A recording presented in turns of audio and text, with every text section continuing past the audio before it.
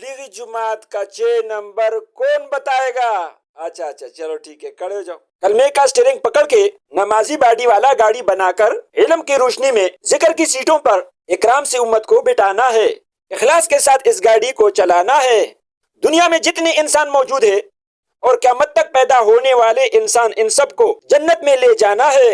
اس driving کو سیکھنے کے لیے اپنا مال جان وقت لگا کر 4 مہینے لگانا ہے، پھر سارا زندگی امت کو جنت میں پہنچانا ہے۔ اس کے لیے اپنے ارادے فرمائے۔ جو آپ صلی اللہ علیہ وسلم کی محنت کو آپ ہی کی طریقے سے کرے گا، اللہ جل جلالہ سب سے پہلے اس محنت کرنے والے کی زندگی میں پورا دین جاری شاری فرمائے گا، اور جو دین انسانوں کی زندگی میں موجود ہے اس کا حفاظت فرمائے گا۔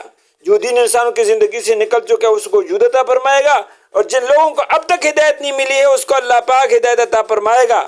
آپ صلی اللہ علیہ وسلم کا محنت نہ ملک کا محتاج ہے، نہ مال کا محتاج ہے، اور نہ مادی اسباب کا محتاج ہے، بلکہ آپ صلی اللہ علیہ وسلم کا محنت آپ ہی کی طریقے سے کرنا اللہ جل جلالہ نے سبب اور ذریعہ بنا ہے سارے عالم انسان کو ہدایت پر آ جانے کی۔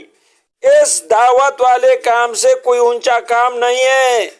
اگر ہوتا تو اللہ پاک انبیاءوں سے فرما دیتا کہ یہ کام کرو۔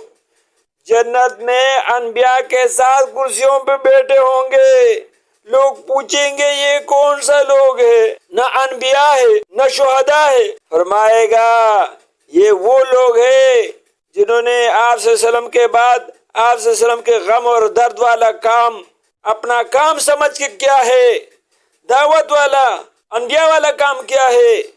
ہاں جی، تو تیار ہے نا جی؟ انشاءاللہ تو کھڑے ہو جاؤ۔ ماشاءاللہ ماشاءاللہ۔